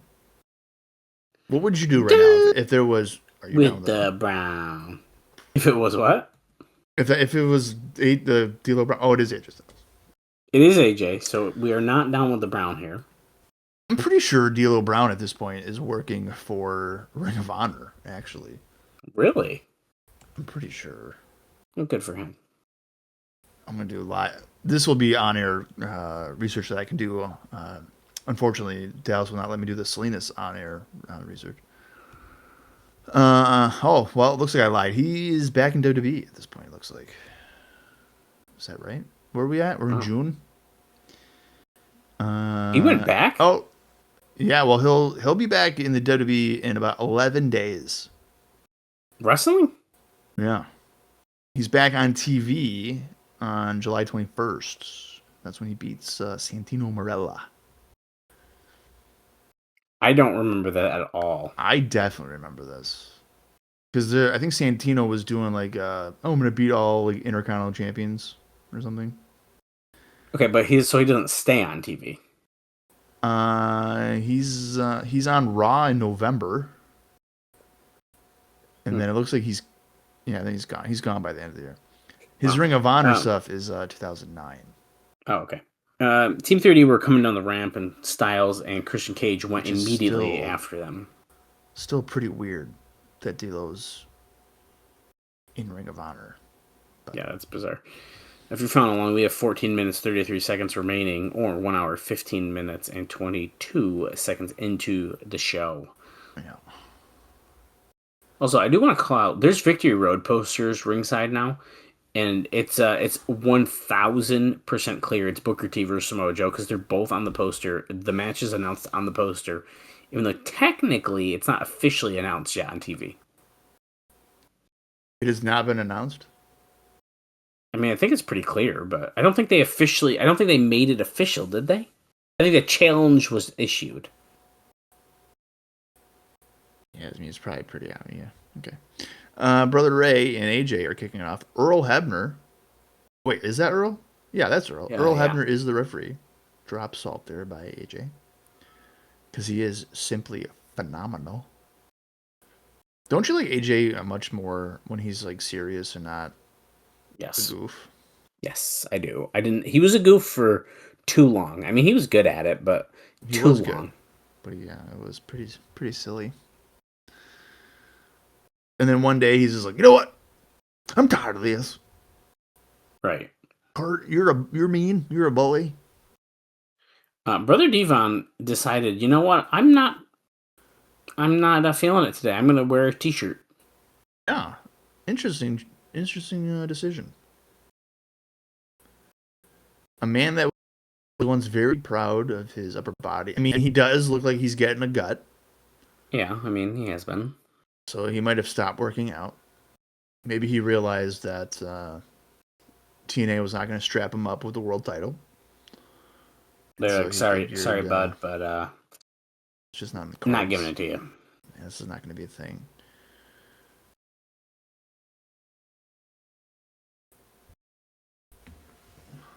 Oh.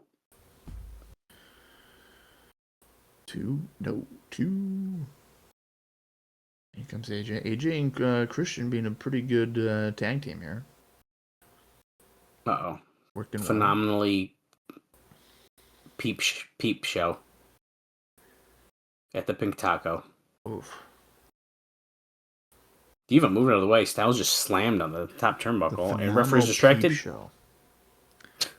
What an interesting team name that would be. Scoop slam. Uh-oh, here we go. What's up? Boom, headbutt.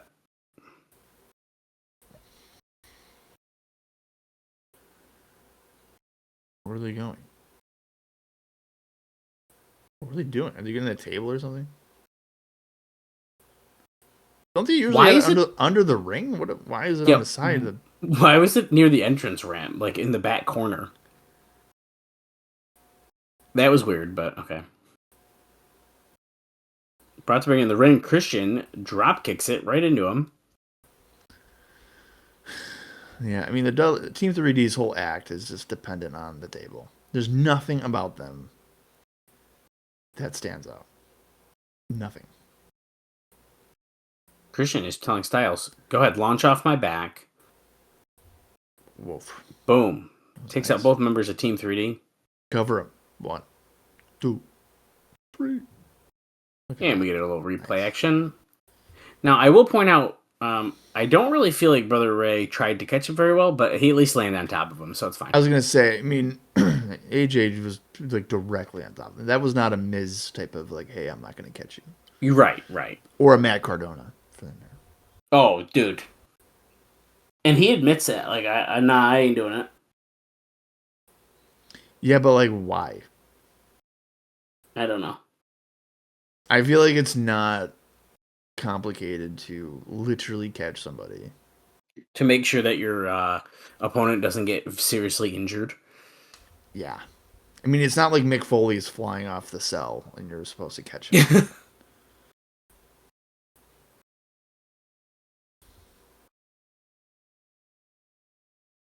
During the break, Brother Ray held AJ Styles on his springboard attempt, allowing for Devon to hit that really nice neck breaker off the middle rope.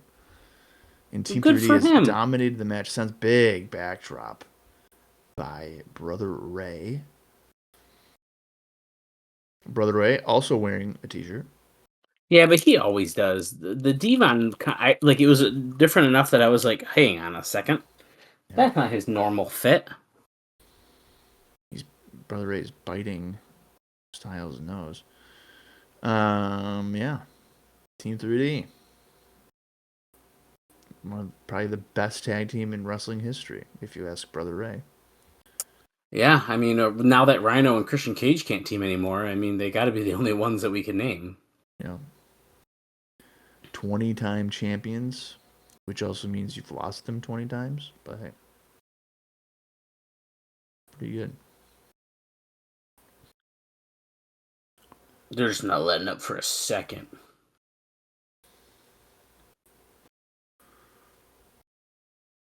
Come on, AJ. We've alluded to this on several occasions. I feel bad for Rhino. He just got taken out of the main event. Mm-hmm. He got beat up last week on the concrete. Big leg drop by Brother Devon.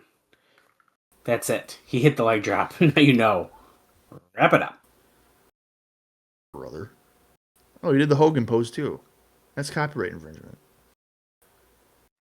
Brother. Listen up, dude. Brother. People who are listening to the show, if you gotta get started now to convince Dallas to watch the Hogan era, because it looks like he doesn't want to do that. Devon misses a splash in the corner. What? We can watch the Hogan era if you want.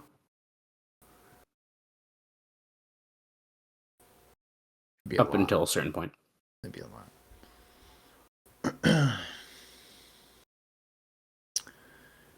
AJ crawling to the corner. Christian appears ready for the tag. He did not drop down. Christian is a full-fledged good guy. Cleaning house. Punch. Oh, no. Kick. He got stopped by a Devon kick. Double clothesline. Look at this guy. Christian's on fire. He's a main eventer. He's not jobbing to a mid-card tag team. Get out of here. Not tonight. He's just choking Devon over the middle rope. That's how I roll. Comes out of the ropes. Get ready for the peep show. Is this the unprettier? And no. Devon counters. Lifting DDT. Reverse DDT. No. Cage counters. This is Steamboat Savage. WrestleMania 3. He drops it down. 1, 2. Oh, 2. Brother Ray didn't even pretend to try to get in the ring. He just knew that was not going to be it. Yeah, he read the script. He knew that wasn't going to be the finish. Christian working over Devon in the corner some more. Throws Devon in the corner. Here comes Brother Ray. Oh, he splashed Devon on accident. Oh. Back Christian to the neck of Brother Ray.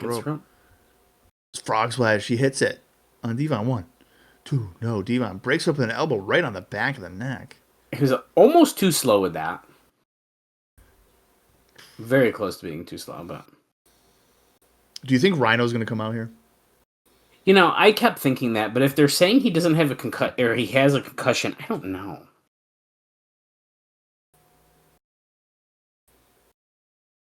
Oh. Double team neck breaker. 1, 2. No. Correctly not called the 3D. Because that was not the 3D. They even said, Mike Tenay and Don West even said that, Last and week. they were so wrong. It was very upsetting. Flying forearm by AJ.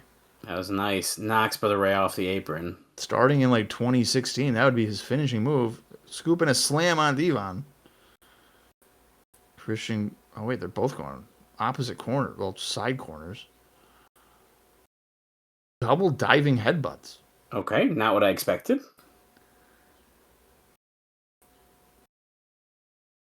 Brother Ray kicking Styles. Now he's knocking Cage to the floor. Just over 5 minutes left in the show. Who is going to prevail in this tag team main event? Oh, no. AJ's on Ray's shoulders. Devon to the top rope.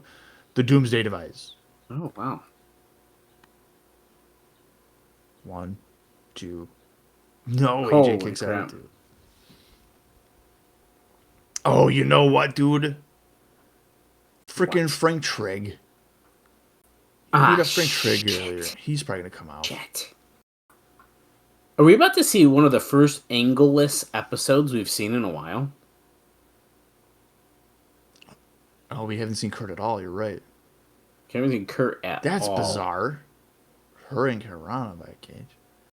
Yeah, I mean, ever since Impact's been 2 hours. Which would have been before he even got here, right? Right? Or no? No. No, we went 2 hours last year. In 2007. Yeah, that's right. Pele Right Bound kicked for Glory. Brother Devon. Tosses Brother Ray to the floor as Christian Cage holds on the rope. Moonsault reverse DDT. He hits it on Brother Devon. Is that going to be it? 1, 2.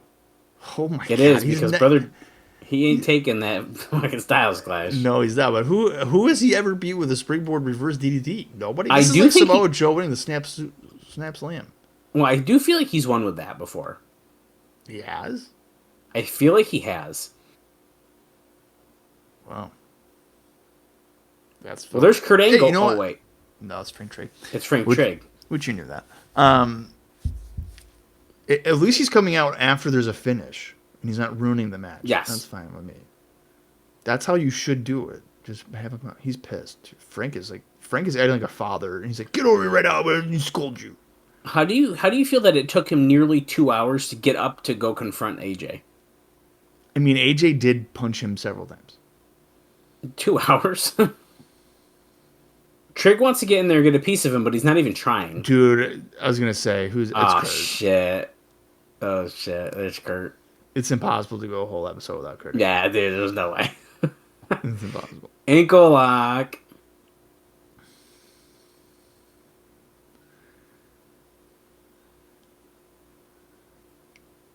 His best friend, Frank Trigg. Since when? Since Really, May? right now. Right here, right now, baby. Damn you, Kurt Angle. Damn you. It's really not that deep here. I mean, Kurt doing a sneak attack is one of the least bad things he's done in the company. You looking for me, you son of a bitch? See, now a good bit here at some point would be Eric Young not knowing which one is Kurt Angle. That would be awesome. Like, he's treating it like Doing the Clown. He's like, wait a minute, I just saw you. No, I'm Frank. No, you're Kurt. You're Kurt. No. We are officially off the air of Impact, but they are doing a little video package here at the end. Yeah, music video. Is this of Slammiversary? Yeah, it is. Oh, yeah, it is. Dust for Life by Why? someone. Okay, well, I'm going to turn down that. Okay, well, as this is closing out, Bob, what did you think about this week's episode of Impact? I mean, it was okay. I mean, it wasn't as good as last week's, but I mean, that's kind of probably to be expected.